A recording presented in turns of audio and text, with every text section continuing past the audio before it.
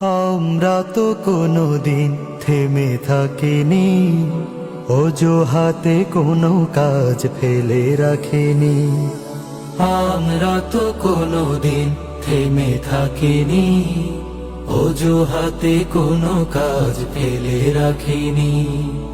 কাজের সাগর চিরে গড়ি উপকূল, কাজের সাগর চিরে গড়ি উপকূল।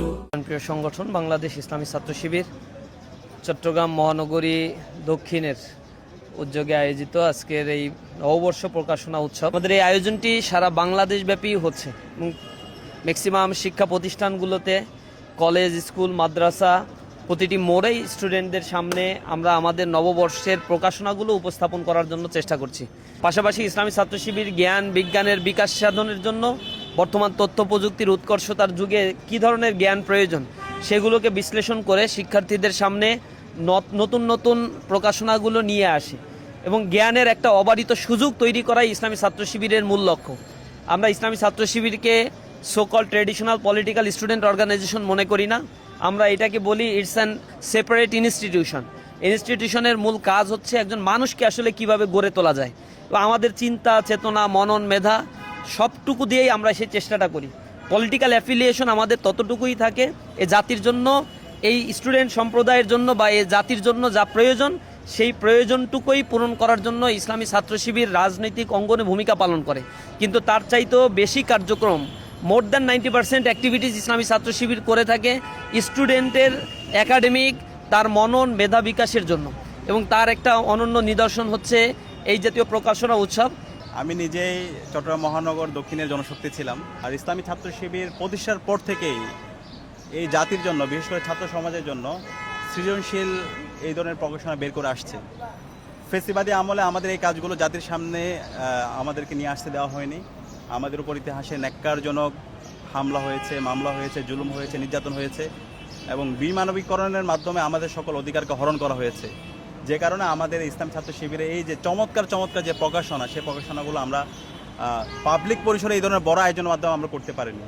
তো আজকে শান্ত ভাইদের শাহাদাতের মাধ্যমে, এবং আপনারা জানেন শহীদ ফয়সাল আহমদ শান্ত ইসলাম ছাত্র শিবিরের দায়িত্বশীল ছিলেন, জনশক্তি ছিলেন। এই শান্ত ভাইদের আত্মত্যাগের মাধ্যমে আজকে আমরা আজাদি পেয়েছি। এই যে আজকে বাংলাদেশ স্বাধীনভাবে কথা বলতে পারা, এই যে আজকের যে প্রধানমন্ত্রী সে লন্ডন থেকে দেশে আসতে পারা, অথবা আজকের যে বাংলাদেশের যে গণতান্ত্রিক পরিবেশ, এই সকল পরিবেশ নিশ্চিতের পেছনে ফয়সাল আহমদ শান্ত থেকে শুরু করে এই জুলাই শহীদদের অবদান আছে। তো সেই কারণে এই শহীদদের কথা আমাদের বারবার স্মরণ রাখতে হবে এবং তাদের কথাগুলো, তাদের আদর্শগুলো আমাদের সব জায়গায় ছড়িয়ে দিতে হবে। আর ইসলামী ছাত্র শিবিরের জায়গা থেকে আমরা প্রতিষ্ঠার পর থেকে আমাদের যত শহীদ আছে সেই শহীদদেরকে নিয়ে আমরা স্মারক বের করেছি, এবং এখানে যে প্রকাশনা উৎসব হচ্ছে শুধুমাত্র আমরা ছাত্র শিবিরের বই রাখিনি, এখানে একটা হোলিস্টিক নলেজের আপনারা ভিউ এখানে পাবেন। আমি আশা করব চট্টগ্রামের সর্বস্তরের শিক্ষার্থীরা, একই সাথে সর্বস্তরের নাগরিকরা তারা এখানে আসবে, শহীদ ফয়সাল আহমদ শান্ত স্টলে আসবে, ইসলাম ছাত্র শিবিরের প্রকাশনা উৎসবে আসবে। প্রকাশনার উৎসবের মাধ্যমে আমরা জানাতে চাচ্ছি যে ছাত্র শিবির আসলে যে বইগুলা পড়ে বা কি বই পড়ে, কিভাবে তারা পড়ে, তাদের হলো পরিকল্পনা কি, লক্ষ্য উদ্দেশ্য কি, সব কিছুই আমাদের এই প্রকাশনা উৎসবে সকল ধরনের বই এখানে আছে। এই বইয়ের মাধ্যমে আমরা জানতে পারবো যে সাথী হওয়ার জন্য কি কি পড়া লাগবে, কোরআন হাদিস কতগুলো বই পড়া লাগবে। আয়োজনের বিভিন্ন কারিকুলামের মধ্য দিয়ে বাইরে ইসলাম সম্পর্কে জানবে এবং ইসলামের প্রতি তাদের আগ্রহ বাড়বে। আমরা এই দাওয়াতি সবাইকে দিচ্ছি, এবং আজকের এই প্রোগ্রাম থেকে আমরা সবাইকে আবারও অনুরোধ করছি আপনারা এই নববর্ষ উৎসবের প্রোগ্রামে আসুন এবং দেখুন ছাত্র শিবির সম্পর্কে জানুন। আবির সুরের পাখি হলো কুরবান, সাগর চিরে গড়ি উপকূল। চাষাবাদে ফোটে যেথা দম্ম ফুল, ফোটে যেথা চাষাবাদে অদম্য ফুল, চাষাবাদে ফোটে যেথা অদম্য ফুল।